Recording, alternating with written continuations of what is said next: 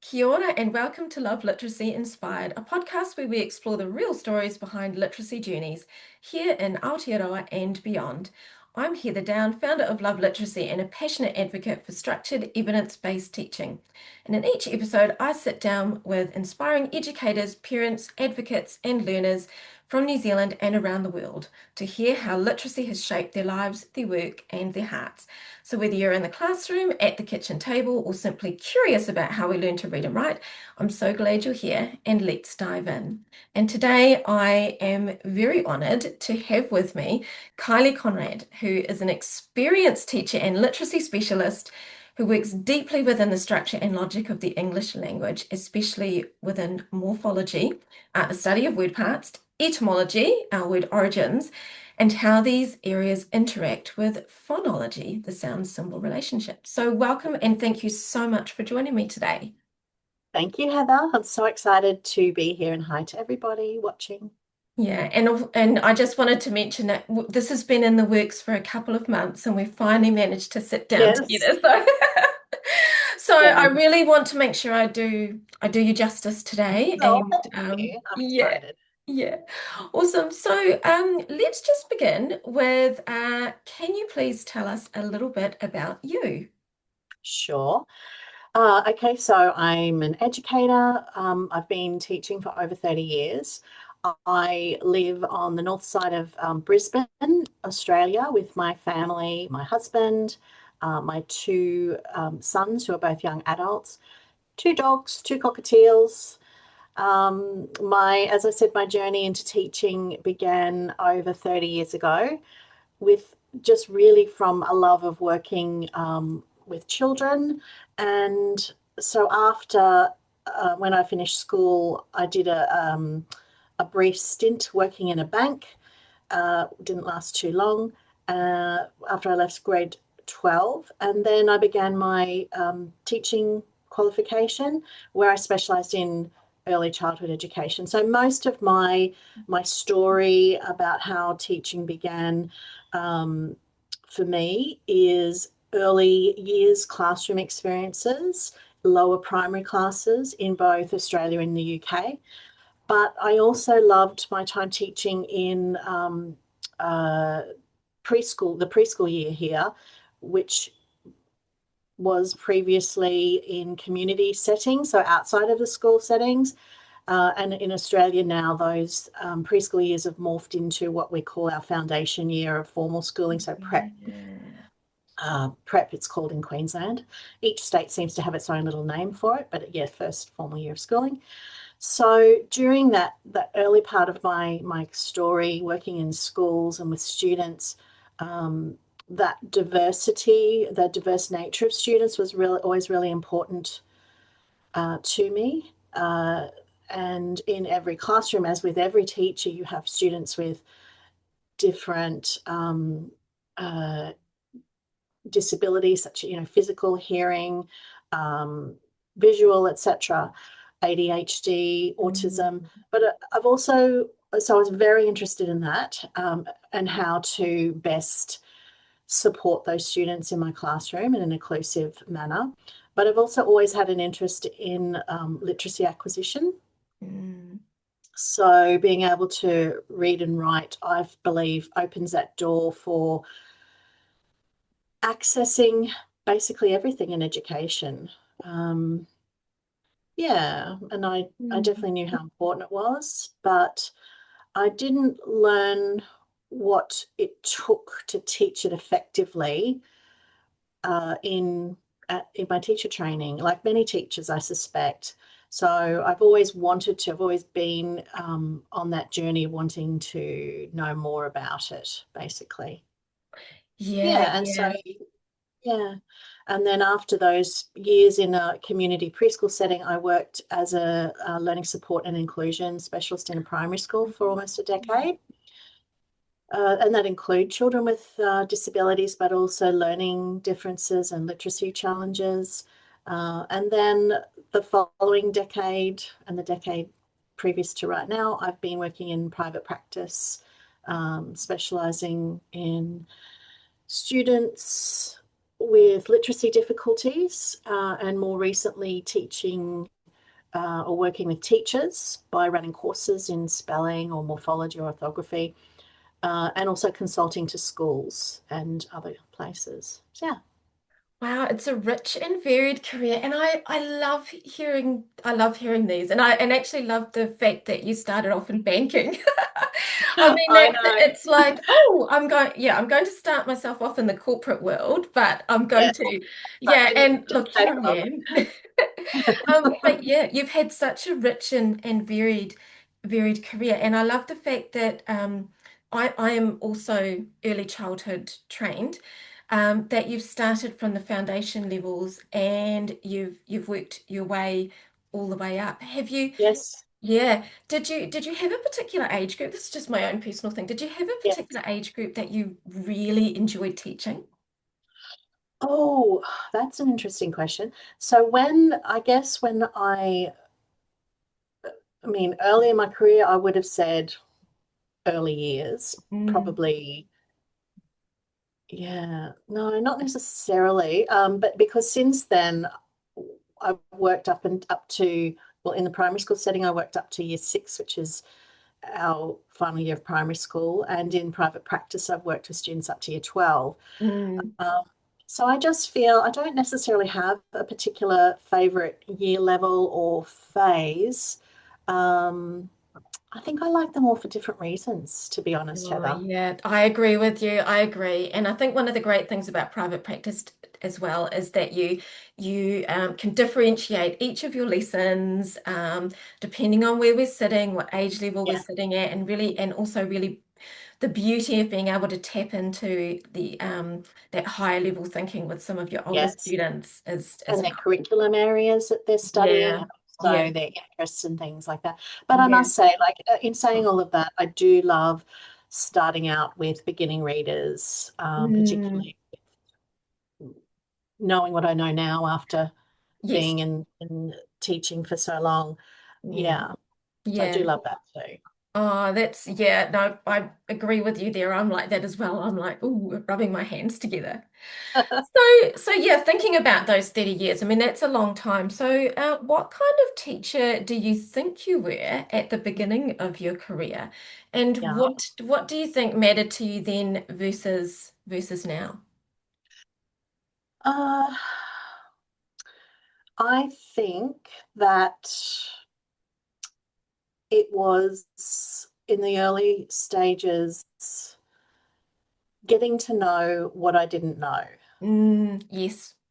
Um, and how that related to particular cohorts that I had Mm, year to year, and then what I needed to do about it to uh, increase my knowledge so that if I knew better, I could do better.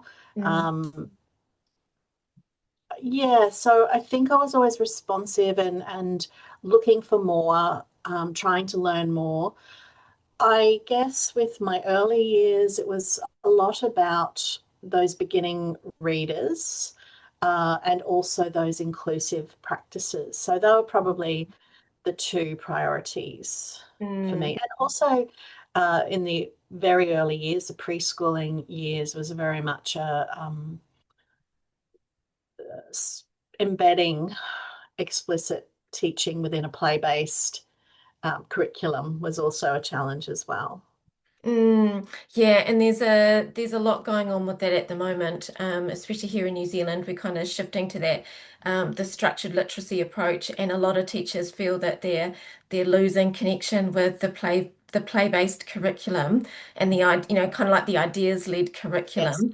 But yes. yeah, it's just being able to weave the two together. It does take a little bit of time and practice. So Oh, yeah, definitely, definitely. And yeah. I do think something, maybe it was just me, but I do think something, I was always afraid of losing that element of play-based learning, and Mm, particularly those young children. The priority is, a lot of the priority is that social and emotional mm. development. So yeah, I think it's a fine line to be walking, to be Mm, fair. mm. So, talking a little bit more into in your teaching career, when do you think it was? At what point do you think that you had that change in wanting to pursue like a different literacy approach? So yeah, I mean, I'm just sort of thinking, I know that 30 years ago the way we taught was so much different to how you teach now. Absolutely. Yeah. Yes. Uh, and very much so. So when I was working in primary schools, it was very much a balanced literacy Mm, approach here, and a lot of schools are still the same. Um, I feel like uh, the journey I was on, I was always actively seeking what I now have, but I didn't really know what it was at the time. yeah. Um, and so I was always doing courses and research, and it felt at the time quite elusive Mhm. and frustrating, like missing pieces of a puzzle to me. And that was just always that tension and frustration that I had that kept inspiring me to do better for my students. So um, while I was working in this primary school setting, that was probably the beginning of uh, one of the first epiphanies that I probably had, moving away from that balanced literacy to a more structured and structured literacy approach, which was not necessarily in line with what the school and the sector I was working in was working within. So, Mm, what they were working within. We were doing really well with our inclusive practices, and because that was my one of a role within a team as a learning support and inclusion specialist. So we were doing really well with our inclusive practices for students with diverse needs. But of course, that's not what's needed for kids with ongoing literacy difficulties like dyslexia and dysgraphia. They needed intervention, not just adjustments. mm, Um, and we were certainly accessing and moving towards a few what would be well regarded evidence based synthetic or linguistic phonics type programs that helped them. But they weren't always sufficient or engaging. And I think we still felt, my team and I felt that they lacked um, pieces, still lacked part. There was still those incomplete. It was incomplete, mm, so that children could master um, our how our spelling system or writing system works, so that they could be better readers and spellers. So I guess I didn't start my career like most teachers. Didn't start my career with that deep understanding of how the English writing system actually works. I was always working hard to support children, but I just didn't have that knowledge. It wasn't imparted to me at university, definitely. mm, And school systems that I worked within were very much balanced literacy focused. So it was put back on myself or as an individual wanting to do more, but also my team that I worked within.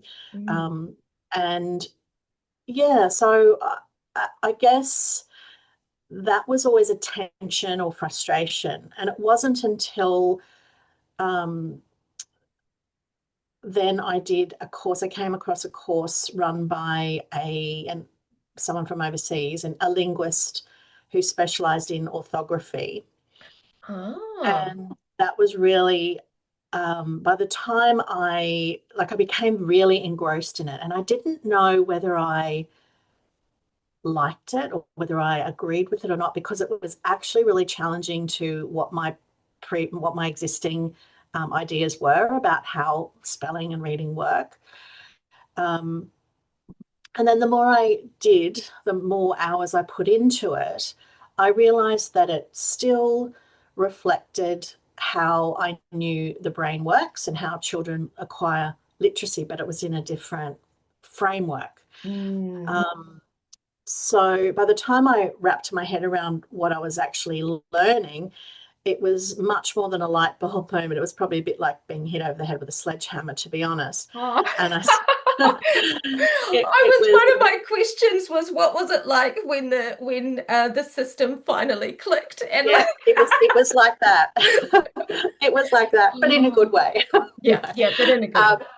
yeah. So I think it was really challenging because I guess when we're looking at phonics primarily, or looking at phonology and mapping graphemes to phonemes, that's the way things have evolved by programs who are trying to simplify the complexities of the English language, but it's not necessarily accurate.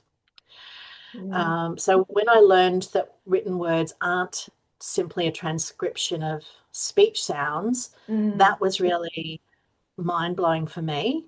And that spelling and orthography is a way to represent meaning rather than speech. Um, that was huge for me. Yeah, Mm. oh man, I was actually in my head, I was almost going off on a tangent there because yes, very, very similar. I mean I learnt all the phonics, all the spelling rules, Yes, and I taught that religiously, rinse and yes, repeat, and yeah, got to this yes, point where it's like there's got to be something yes, more something missing. because yeah, what is missing? And I So what I think would do, I kept going to do different courses. I said, oh well, it must be ah, another course. I'll learn yes. another course, another course, another course, but never really. I Yeah. guess the best one that I ever did in terms of prior to this was the IMSLE course, being so MSL with Jodie Clements, because I Mm, felt that it it really it gave me a really good basis. They have very sound principles of learning, mm, those learning principles, so how to apply what you know. But yes, that was sort of a mini epiphany for me. And then this second wave of awareness was huge. yeah, yeah. And was it about then, or I should say, when was it about Mm. you decided that, oh, I'm going to delve even further and pop this into my private practice? Yes, for a long time I struggled with working out how to embed it in what I was already doing. So it Mm, was because of the tension. They kind of it was like this the two ways kind of bypassed. They had some things in common, but it was a challenge initially. mm, Um, and so what I did was I just kept learning, kept reading, kept looking at words, kept considering words, doing word studies, talking to other people about words. And then it just became clearer that all I really had to do was start very simply. I didn't need to necessarily bombard a student with mm. all of everything they need to know. We could start simply with a word Yep, and break it down into its morphemes, and then look at yep. how what graphemes those that each morpheme is built from, and then looking at what job those graphemes are doing within each of those morphemes within that word. So Mm, it, yes, it didn't take too long. So I guess I've been doing this way of looking at things probably for maybe about 7 or 8 years mm. properly, thoroughly. Yeah. Yeah, that's well, that's really cool. Yeah, because as I say, I've only discovered the beauty of morphology. I did a bit of a deep dive, not last year, but the year before. Set up Mhm. my little scope and sequence last Yes, year, and I'm not yes, saying that my way is the right way, but after delving into everything I could find online, and yes, also primarily working as an intervention sure. teacher, yeah, Yes, I sort of tried to find my pathway and tried to find what I found to be working best for those students at the time. So yes, yeah, yeah. So and definitely. yeah, and It seven to is. eight years. I mean that's a long period of working within a particular area too. Yeah, it is. And yet I wouldn't say there, I certainly don't know everything there is to know. I'm still learning, and I'm always talking to my students about, Yeah. if we're talking about a word or some aspect of orthography, and they'll might ask me a question, and if I don't know, I'll say, I don't know, but let's Mm, find out, or I can mm, find out. And I'll get back Yeah. to you. And I've got no problems with that because um, sometimes, and I guess I have that luxury as well because I do work one on one now with students, but I would Mm, still do it in a classroom mm, context as well. And mm. I think that you don't need to know everything all at once. There are some little changes that you can make along the way. Yeah, absolutely. So what led you into private practice away from the classroom? Well, I loved my role in the school that my last in school position, which was that decade, almost a decade of being an inclusion and learning support specialist. Love the students, love the teachers, love the parents, loved the role, loved everything about it. And I felt like we were doing, a good job of inclusion. But with, as I mentioned, with those children with literacy difficulties, I felt like we needed to move away, well away from balanced literacy, not having phonics in context as um, our what we resort to. It Mm, needed to be explicit, it needed to be cumulative, it needed to be all of those principles that come along with a structured literacy and the science of learning, etc. mm, But that wasn't going over well with mm, the setting that I was working within and even the whole sector that I was working within at the time. Um, so I decided that if I can't do it here, if I can't do what I knew my students in the school needed in the school, then I couldn't continue, I couldn't mm. ignore what I knew. I had to go outside of the school and I was in a position where I was able to do that. To Yeah, set up private practice. And I yeah, love that. yeah, yeah. And it gives you that autonomy to Yes. to be able to kind of just let your creativity flow Yeah. with with what you know and what you've learned.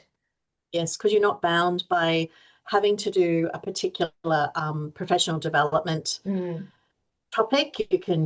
You know what you might need and you can pursue that. And I think if I hadn't made that move outside of the school system, I don't think I would have been able to go down the path that I've been able to do and to really have that and continue to seek that deep understanding of how orthography works. mm. I'm actually just thinking a little bit about that too, because you mentioned that you also train teachers and you offer courses. Can you Hmm. talk me through a little bit about what you do in terms of that? Sure. So I haven't done any for a little while. I had just other things going on, but I actually have some planned that I haven't advertised yet, but coming up. So I guess I do some courses that are looking at explaining the spelling or orthographic system overall, like a big overarching explanation, and how that's different from, uh, you know, just phonics on its own. Yeah. And then I'm looking at, and then also, and I have done, and I'm looking at doing again the three pillars that underlie orthography as Mm. separate deep dives. So we have morphology, etymology, and phonology. So how they kind of work, because it's the orthography, which is the system of conventions that writes our language for writing our language. So we're talking Mm. about meaning, is basically a function of the interaction of those three pillars. So morphology, etymology, and phonology interact, and Yeah. that's what forms our orthographic conventions. And that's why if we just look at phonology, if we just look at letters and sounds, that doesn't work. It's only part of the picture. Yes. And then And that's yeah. why we end up having calling words like irregular, or we say our writing system's broken, or our writing system is, you know, unlearnable, or those sorts of things, because we're not looking at it the way it needs to be viewed. Yes, because it's pattern based. Number one, Yeah. it is actually deeply pattern based. apart from a small number of words which aren't. Yes. And like you say, with sorry, I was going to say electric, but irregular words, Yes. we can actually look at the structure of the irregular word and Yes. and pull some meaning from it as well. That's right. We Um, can look at those individual letters and explain why they're there. There are very few that I can't get to the bottom of and explain with students, and then we yeah, can map them to yeah. meaning, or they, branch out a family and make it, get all that orthographic mapping happening. Yes. Yeah, and it's also, we were chatting a little bit about this offline, is that if you bring it back to the simple view of reading, you've got decoding times language comprehension equals skilled reading. And Yes. again, if we're looking at those three pillars, if we're only Yes. working on the decoding, which is Yes. primarily the phonological side of it, Yes. we're actually missing the language comprehension, which is where our morphology, correct me if Yes. I'm wrong, but I've just made the connection. I'm feeling quite excited. The language comprehension is the morphology and the etymology to Mhm. help us with the skilled reading. Yes, Am I definitely. kind of on track? You are. So I would say, I would build on that just a little. I would say that morphology probably comes in both sides in the Yeah. word reading and I can't remember now, Yeah, word reading, word comprehension, decoding and language decoding and comprehension. comprehension. I Yeah. would say that morphology is also an important part of the decoding because children can map, morphemes can be Yes. mapped, Yes, they can. mapped for spelling, mapped Yep. for their letter sequence, mapped for their meaning. Yes. So, and they can be, we can have them as units for word recognition, Yep. but they are also in the top section, that language comprehension, because they do carry that meaning. So, yes, I would say they're probably in both sections. So, Yeah. yeah. Yeah. Because I was having an online discussion and we also chit-chatted about this as well. And I think this is just kind of forefront at my mind at the moment about is morphology a new thing that we all jump on the bandwagon of, or do students really just need additional reading mileage? And again, I was kind of coming back to that. Well, we Mm, give them reading mileage and they get really, really, really good at decoding, mm, but we're still missing some certain parts of that language yes, comprehension side of it. Yeah. definitely. And I think that there's a quote, and I'm just trying to remember who it was by. No, I can't remember, but you might know. Um, Good spellers make good readers, Oh, I but know good that one. readers don't necessarily make good Good spellers. fellas. That's exactly right. Well, that's actually where we ended up, didn't we? Yes. So We, when we look at spelling, when we analyze a word's spelling and we're talking about its morphology, any etymological influences that have come to play to explain its spelling, and then how we pronounce that word and what signals are, the graphemes within the morphemes that signal that pronunciation. Um, if we're talking about that spelling, a child can automatically read that word. mm, Once we've taught them how to spell it, they can read it. mm, But if we teach them how to read it, we can just say this is a word. If we say we're using something else like syllables or some other method, um, that's not going to guarantee that we're going to be able to spell it because it's focusing just on speech. yes. It's not focusing on all of the factors that make up that word spelling. Yeah, and there was a great article that I shared the other week. And within the article, I think it was Carl Hendricks. I could be Yes. wrong with that, but and within the article, he spoke about the word diminish and diminish from a syllable point of view, dim, in, ish. So we've got three syllables. They're all, if you did your consonant vowel, put my lines here and there, Yep.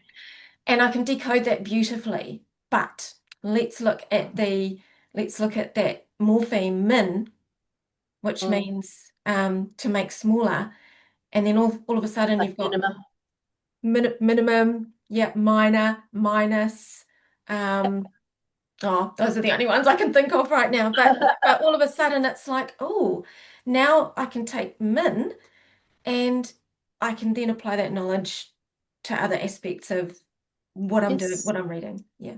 that's right. Mm. And the thing is, you can, when you're looking at those morphemes, you know your learners. So it doesn't mean that you have to pull out a base from a word and look at every single word that is built from that base. Mm. We built out a family, that word's family, so which is focused around the base, but we might not choose to use all of the words. Mm. Like I think I'm just looking at Adam online. I'm thinking that administration, minuscule is another one. Oh, They're minuscule, yeah. possibly, yeah, Minute, yes, minute, minus even, I think, minus, as yeah. well. You might uh, be selective about which of those relatives you include in your Mm. base family study. Mm. But you can sure as heck Mm. guarantee that that children will have a much better understanding of the meaning that underlies all of those, the common meaning or threads Mm. underlies those word parts. And I'm just reading those off edge of my mind. I haven't done a really deep dive into that particular base, so they might not all be part of that Mm. same base. Mm. But just as an example, um, and also they're much more likely to be able to spell it correctly. Mm. Um, and with diminish, for example, I guess the way we pronounce it, dim, do we have a schwa? Diminish. So Diminish if a the, student didn't know um, the spelling of diminish, and yeah. they were just saying it to themselves, diminish. The stress is on the min. Yes, it The is. e in the prefix is unstressed, so it's schwa. So it Mm. could technically be spelled by any of the vowel letters, Yep. and also the final syllable as well. So English isn't a syllable timed language. It's what we call a stress time language. So we have one, and sometimes more than one, but we usually have one vowel in a multi-polysyllabic word that's stressed, and that will Mm. usually the spelling of that vowel is much clearer than the other spelling choices. That's why morphology comes into play, and it's a much better option than looking at syllables, in my view. Mm. Yeah. Oh, that's great.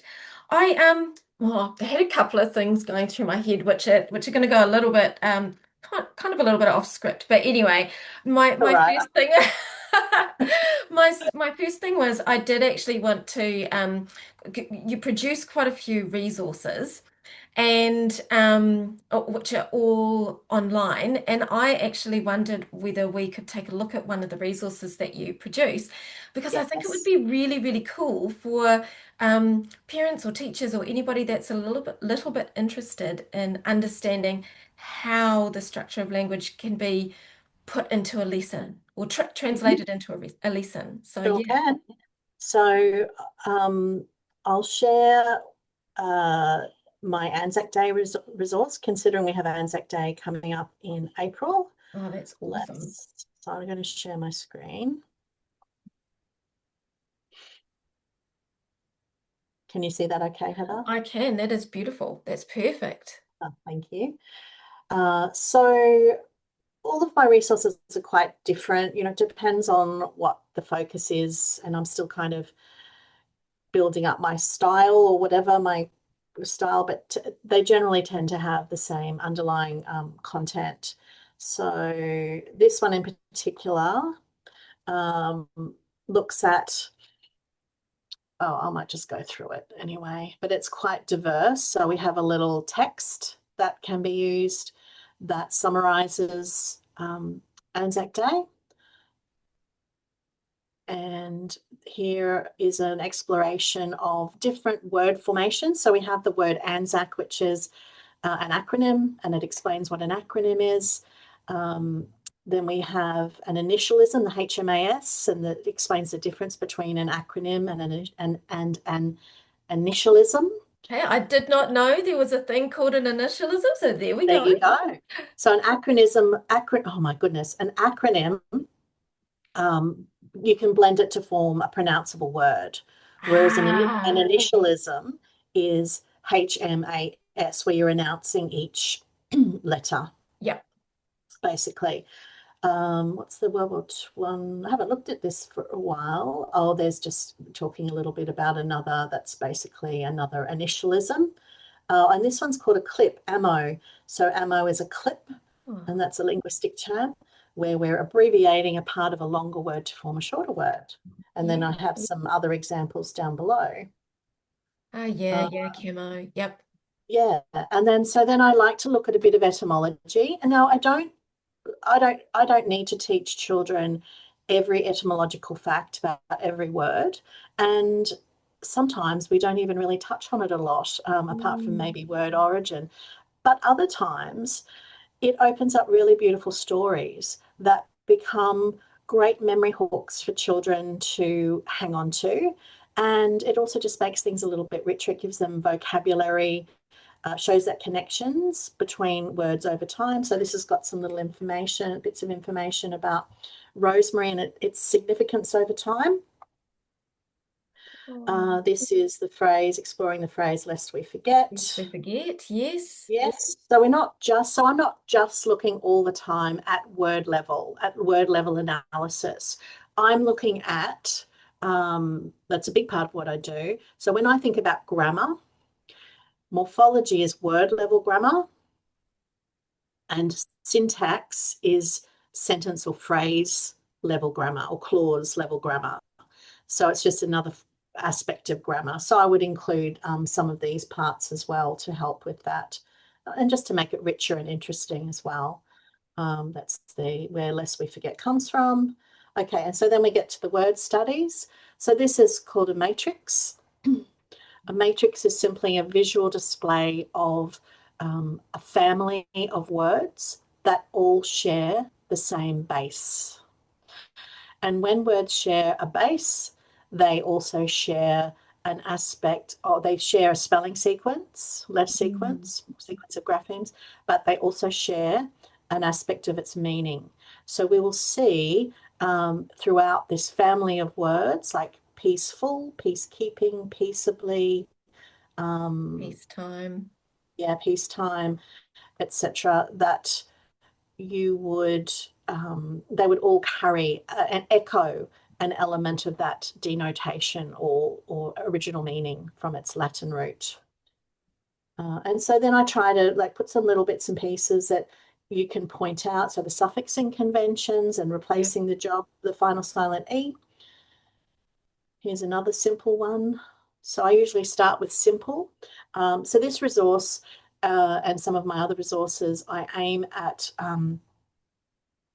including words of varying complexity so that teachers of all year levels, but also teachers of a year level that have varying um, abilities in their classroom, or if they're just starting out on this kind of journey, looking at words through a morphological lens, can choose something that's a little bit simpler to start with. Yeah, and this is a lovely one because it's the final silent E, and that Yes, a lot of teachers feel reasonably confident. yes, Yeah, with final silent yes, E. yes. What else have we Or one got? of the roles, Acknowledge. I should say. Yes, one of the Oh, roles. Yes, I yes, love no. I love no. yes, yes. It's a great one. So that's another thing that I do in my practice when I'm saying, and this is a good example, when I'm talking about morphemes in my practice, I don't say the no base. I say the KNOW base. And the Ah, reason I do that okay. is because we don't know how those graphemes are going to be pronounced until they're in a complete Yes. word. So think about the word knowing Mm. versus how we pronounce the KNOW in acknowledge. Yes. Yeah. We have other examples, lots of examples in English like that, like heal and health. You can see Yes, the sound yes. They're shift. still linked by the Sign base and word, but yes, that's yeah, right. So we don't know how the base is going to be pronounced until it's within a completed word. Sign and signature, please and pleasure. explain, There's an explanation. example. Yeah. Yeah. Yes, yes, exactly. Courage, that's another one. Oh, and I do love that one, pour heart, because that's French and it's Yes, it is. It comes and from, it so oh originally Latin, and then it came through French yeah. from there. It's Oh. beautiful. Oh, this is awesome. Then we Oh, get and to look, now we're getting very into the more technical more side of complex. things. Yes. Yes, yes. So here we have a connecting vowel letter. Mm-hmm. And we have compounds. So compounds, this is a base, another base, and another base. So where we have more than one base that combines within a word, we call that a compound. I don't call them compound words because Mm-hmm. compounds aren't always words. They can be word parts as Yes, well. they can be word parts. Yep. Oh, and then commemorate. So that was the Oh, focus group. wow. Yeah. And so So, some bases are polysyllabic. mm, So you can't analyze that further. Well, there's a saying, you only analyze a word as far as you've got evidence for.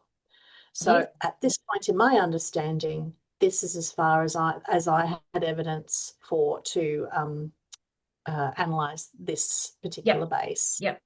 Yes. So I Yeah. might keep exploring this one, and I might come up against some evidence that tells me maybe I can peel away that ORE in the future, but I'm not there yet. So I keep it. It's better to have an incomplete analysis than an inaccurate Mm. analysis. Oh, I think this that is might be the cool. last one. Yeah, there's the suffixing conventions, Oh, and that's it. wow.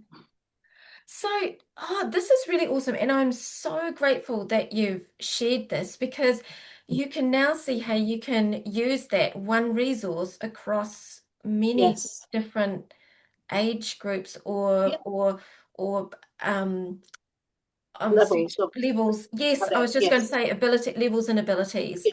Yeah. Any Um, age or stage. any I age and like to say. stage. Ah, that is really amazing. Because my other question was, and I wrote it down because I didn't want to forget, was Yes. what does a typical lesson look like for you now? A typical lesson looks like for me, I would start, well, if I'm talking, or and this would be the same in a classroom, whether I was in a classroom with a class full of students or one-on-one, I would start with a review of previous concepts. Mm-hmm. I would include in that review um, priming for underlying knowledge of what I was about to teach. So, Yes, yeah, yeah, previous checking. concept Yep. priming, yeah, checking that they have that. And then I would introduce this is what we're learning to do, why we're doing it, what it connects to, and what I hope we'll be able to do by the end of it. So, like a goal kind of thing.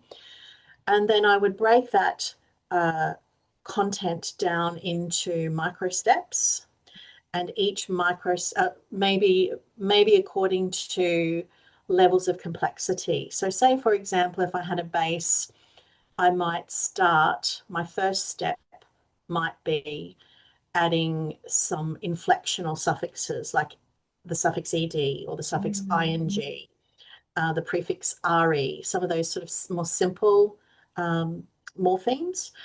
And within each of those micro steps, I would do the gradual release of responsibility, where it's an I do, we do, you do. And during that period of time, I would be checking for understanding throughout. I might have to cycle back through that I do, we do, you do again until I'm happy with it. And then we would move on to the next micro step. Again, the same cycle, the gradual release of responsibility.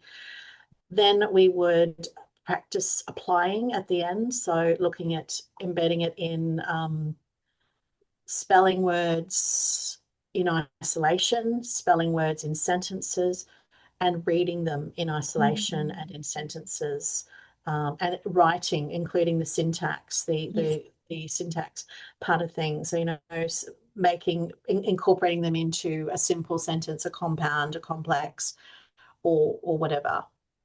Mm, Yeah. mm. And then, of course, the next lesson we would review that Yes. um, over time. So having lots of opportunities to practice.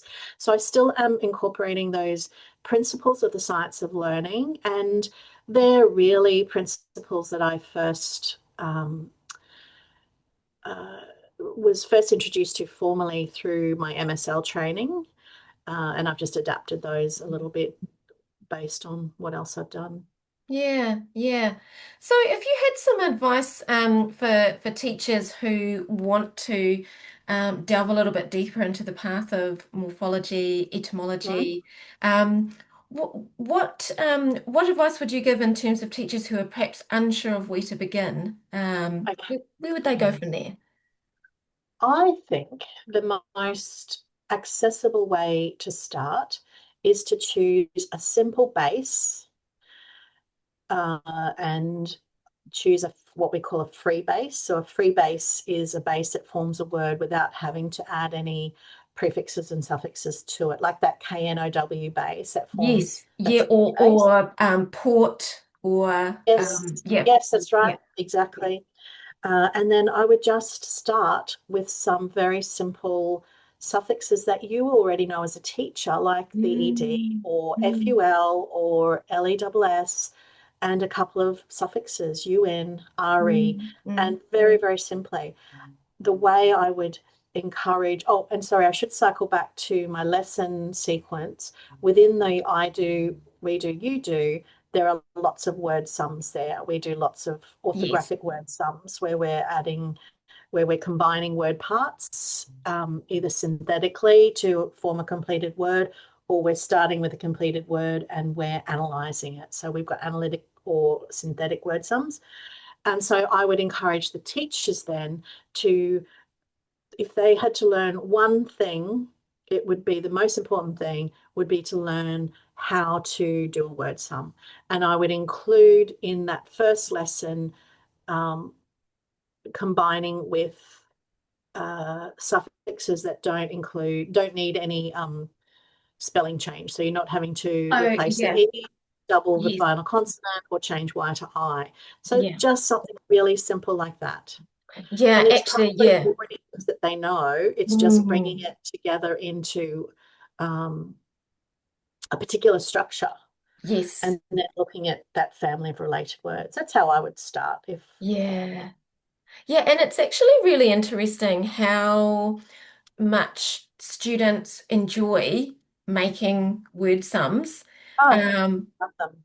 Yeah, I'm always blown away if you give them a matrix and a list and you Mm-hmm. say, right, you've got 2 minutes to make as many words as you possibly can. And Yes, they're like, "Oh, this yes, is so exciting." And I know. these are students that Mhm. are like struggling with their reading and writing, Exactly, who hate timed exactly. activities, That's and right.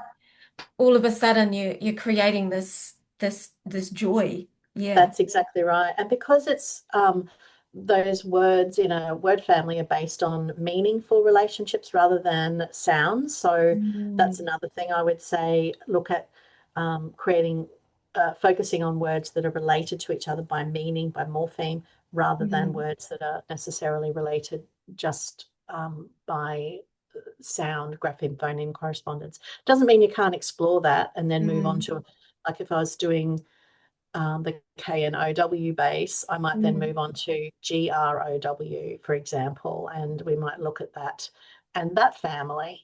So yeah, that would mm. probably be how I might recommend for people to start. Yeah, because I started with a few of my older learners who were Mm, really lacking. Oh, and actually, I've just had another little thought, so I'm going to just write this down. But yes, some I've of had my one too. yeah, some of my older learners, I'll introduce the grapheme and show them a number of words that fit into that, but then we would focus on one word and like for example the word no. Uh, Mm, yeah, just it just gives them so much more. It's just an acknowledgement of where they are um, in terms of their intelligence, yes. and then just, but also straight away giving them access to these bigger words Yep, that they need, absolutely. that they need. Yes. Yeah, and my little thought that I just wrote down was one of the things that I'm really, really interested in, and this has really only just started in the this year, is developmental language disorder. And I Yes, don't know much about it, but what I do know now is that we need to explicitly teach vocabulary. we do. And this is a perfect vehicle using teaching words within through an orthographic lens and looking at focusing on morphology as the framework for Mm, words is a great way for teaching vocabulary and combining it with um, spelling as well and mm. reading. Yeah, The, and interestingly, I just had another thought as well, is that, quite I think when you get a bit stuck in the phonology lens, you yes, tend to think, um, I'm just trying to articulate myself here, thinking back to your ANZAC resource, and yes, there were uh, a series of words that had no sound connection. So you had brave, memory, memoir. yes, So they're not linked by sound, but as you say, linked by meaning. And it's actually yes, okay to do that. It's okay absolutely. to do it Yes, because we're building some understanding around theme, war, Anzac. Um, and that's where the connecting part is. The connecting part isn't whether I'm doing shout, out, yes, um, yeah, all of those kind of things. So it's almost like absolutely. the permission, or you can use Yes. different words. It's all right. And they're related in meaning. So then you're Yeah. building vocabulary based on that kernel of meaning. So when we're looking at a base, whether it's a free or a bound base, it carries that what we call a denotation, which is it's the heart of a word's meaning. Doesn't necessarily mean that um, a literal meaning to present day, but it carries that essence and it echoes in the present day words. And so kids can really pick up on those connections. So if they're looking at the word memory and then they come across the word memoir, they might be really, even if they're not sharing the same base, they do come from a more distant relative, that meaning can be triggered. And I Mm, had a student, this is what I just wrote down before, um, one of my beautiful students who had been working with for quite a while, he always said, "Can we do word sums now? I'll be doing other stuff. Oh, can I make a matrix?" Because he was quite good at typing it into the matrix maker or just building one with post it notes or whatever, making connections that way. But he said to me one day, I'll never forget this. I, what do you say? I wish that my teacher at mm, school taught all of the kids in my class how to think in morphemes. mm, Because now he said to me, I think in morphemes now when I'm looking at mm, words and looking at spelling and looking at their meaning. And that's what I do too now. I think in mm. morphemes and I'm quite conscious about them. And I like my students to be conscious about them because it really gives them that um, access to their spelling, but also their meaning and their relationship to other words. Yeah, and I had a question here. If a child was struggling with literacy and they were listening right now, what would you want them to know about their brain and their potential?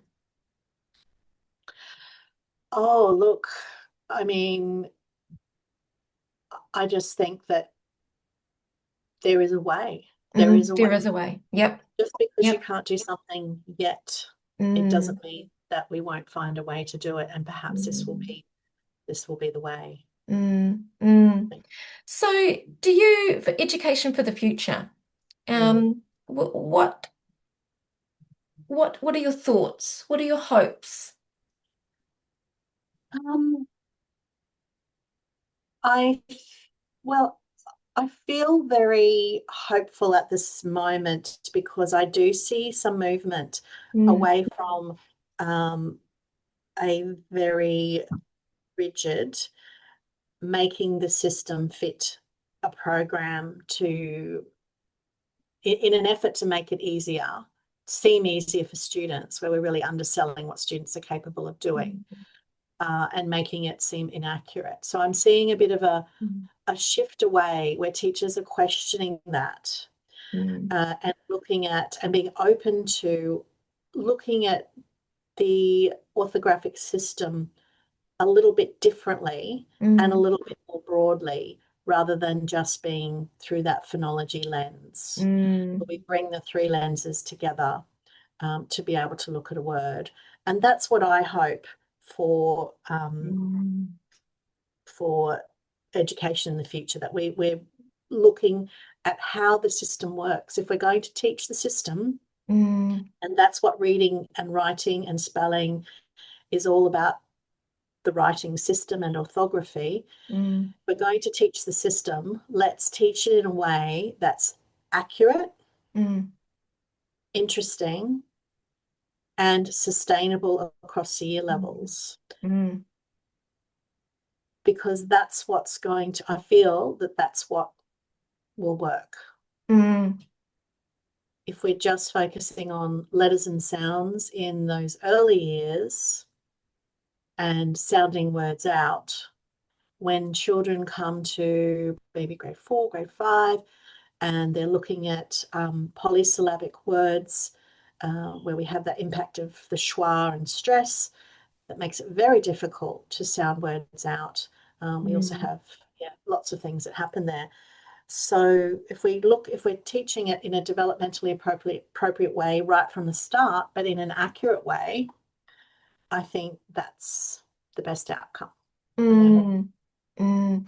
Oh, and my mind was going lots of places too because I was thinking, you know, talking with Claire Knight, my previous guest, and I'd been a little bit stuck on building knowledge as content knowledge, but Okay. it's just so much deeper than content knowledge because like even with your resource about ANZAC, you can look at content, but you can look at Yes. words, you can look at acronyms, you can look Yes. at initialism, you can even build in the deeper meaning and the deeper thinking with older students in terms of Yes. war. I mean, Yes. the whole meaning behind lest we forget. Hmm. Like we'd say that we Which just I we didn't, I didn't really know. I didn't have a very deep understanding of that. So, and yeah that's what actually um, made me research it, because my student asked me, what do you mean, lest we forget? And they were saying yeah list, like List. oh yeah true. Oh, that's how we would say it too. Lest we forget. Forgot. um, and I was saying lest. What does lest mean? Is lest a word? So I did some research, Mm. and I think that, and I enjoy that kind of thing, and then I can share it with my students. Yeah, yeah, and that's where that deeper level thinking, that critical thinking can come in as well. Yes, Um, because here we are all these years later and we still say still it. say. Yeah, yeah. So I've got just a couple more things that I'd like to just chat through. The first one is where is the best place if teachers are inspired and parents are inspired by our conversation today, where is the best place to look for you, Kylie? Well, I'm still learning about Instagram. I don't really know how that works. Show Me too. my Yeah. age. Yeah, so basically my Facebook page is Mm, probably the best place if people are wanting to see any things that I put out. I haven't for a little while, but I'm getting back into it now. mm. Or courses or resources and things like that. And I also have a website as well, Literacy literacylinks.com. links. Yeah. Cool. And we can pop those all in the show notes. Sounds good. Yeah, oh, that's good. And there's one other little thing that I started doing this year, and it's my little special part of the segment and it's called the note for the next guest. Yes. So at the end of each episode, or towards the end of each episode, I'm asking my guest to leave a note, a quote, a thought, or a piece of wisdom for the next guest. And it's a Mm-hmm. small way of reminding us that this work that we do is all connected and none of us are doing it alone. Sure. Because sometimes we do feel Absolutely. like that. And in the previous episode, I spoke with Claire Knight, and she Mhm. left this message which centers around the moment that sparks our commitment to literacy work. So, this is her message. The key idea is that everybody has a meaningful moment, that spark that draws them into this work. And that moment might be a learner, a child, or the realization that you can make a difference. And she says that when things get hard, sometimes remembering that moment keeps you going. And she it encourages us to reflect on that meaningful moment, draw knowledge from it, and use it to center ourselves and also to reflect on how that moment has shaped us into the teacher that we are today. Love that. I love Yeah, that. so it's a cool little note. And I liked it so much that I was sitting there thinking, oh, yeah, no, it's always my son that I come back to. But I would Mm. love for you to share a thought, a quote, a piece of wisdom for our next guest. Okay, so I think for me, and I'm sort of looking at the way I view myself and my journey as a teacher, being a lifelong learner. Mm. So I don't know everything. I will never know everything. And there is this little quote, and it's only 5 words long, and it was by a Roman philosopher by the name of Seneca in the first century. And it's, yet I am still learning. So even someone who is super, super wise, a philosopher, people think that he knew everything. He says, yet I am still learning. You can be, you know, a student, a parent, a teacher, doesn't matter, but we're always learning. So I think that's probably what I would leave with. Oh, I love it. I love it. Just Yet my I little am nod still to being a learning. lifelong learner. Yet I am still learning. It actually makes me want to put it on the wall in here. I think it's perfect because we are. Oh, and it ties in with the growth mindset and look look look for growth. Look for growth in the gap because Yes, I think sometimes we get a little bit of a focus on maybe the things that we can't do, but look for that gap and look for the growth as well. yes, Yeah. Um, definitely. Oh, I love that. That was beautiful. Oh, I can't wait to share that with my next guest as well. And then before we sign off, because I feel like I've taken up a lot of your time this morning, and I'm deeply grateful. But is there anything that you'd like to touch on that you feel is important that perhaps we haven't covered this morning? I think we've covered a lot, Heather. We have covered a But lot. one thing I would like to do, if it's okay, is I'll share with you that PDF for your listeners, the Anzac Day resource for you to share wherever they can access that from. And Oh, wow. Oh, that would be amazing. That would be amazing. I'll Yeah. share it to you with as a PDF. Oh, that would be yeah, really With amazing Anzac Day too. coming up, I think it's a nice one to be looking at, and it's got some easy places to start. Even if teachers don't do them necessarily with their students, it might give teachers a little bit of confidence and see where I'm coming from, and maybe they Yep. can have some light bulb moments themselves. Oh, if you pop a code in there, if you put Yes. ANZAC, if we just Yes, let's do ANZAC. Yeah. yeah, just do ANZAC. So anybody listening, they can go to your website or put the Right. link in there, say Yep. the code, Yes. say the code, write the And then they'll code. get it for free and they can download it as they'd like. Oh, yeah, that is wonderful. That is very generous. Thank you so much for that. That's okay. I just like to share and talk about words and how they work, Heather. So, yes, I'd love for other people to be Man. doing the same. Yeah, and it's good. And we'd start a revolution Yes. with the just how incredibly beautiful the English language is. Oh, yes. Um, Fascinating. yeah, and just grow that joy that comes with it and learning with it. And yeah, and our students will be grateful. They will. They will. Yeah. Well, I just love it. before I do my little outro, I just wanted to say thank you so much for generously sharing your time this morning and your wisdom. And I feel like I had so many other questions, but I think it would be really neat. We could continue another conversation on another Oh, day because yeah, there's so much more to explore.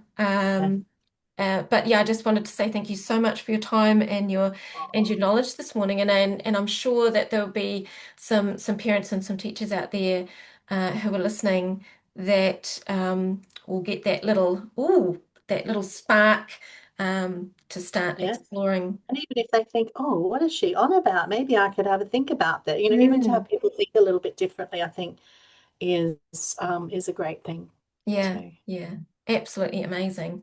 So I'm very Oh, grateful for you inviting me as well. So thank you. oh, my pleasure. So, now mihi for joining me today on Love Literacy Inspired. If this conversation sparked a thought, a question, or a sense of connection, please consider sharing it with someone who might need it too. You can listen, follow, and join the conversation on Spotify and YouTube, or find more at my website, Love Literacy. And until next time, keep sharing stories, keep asking questions, and keep loving literacy. And thank you so much, Kylie. Bye, Thank everyone. you. Thank you. Bye.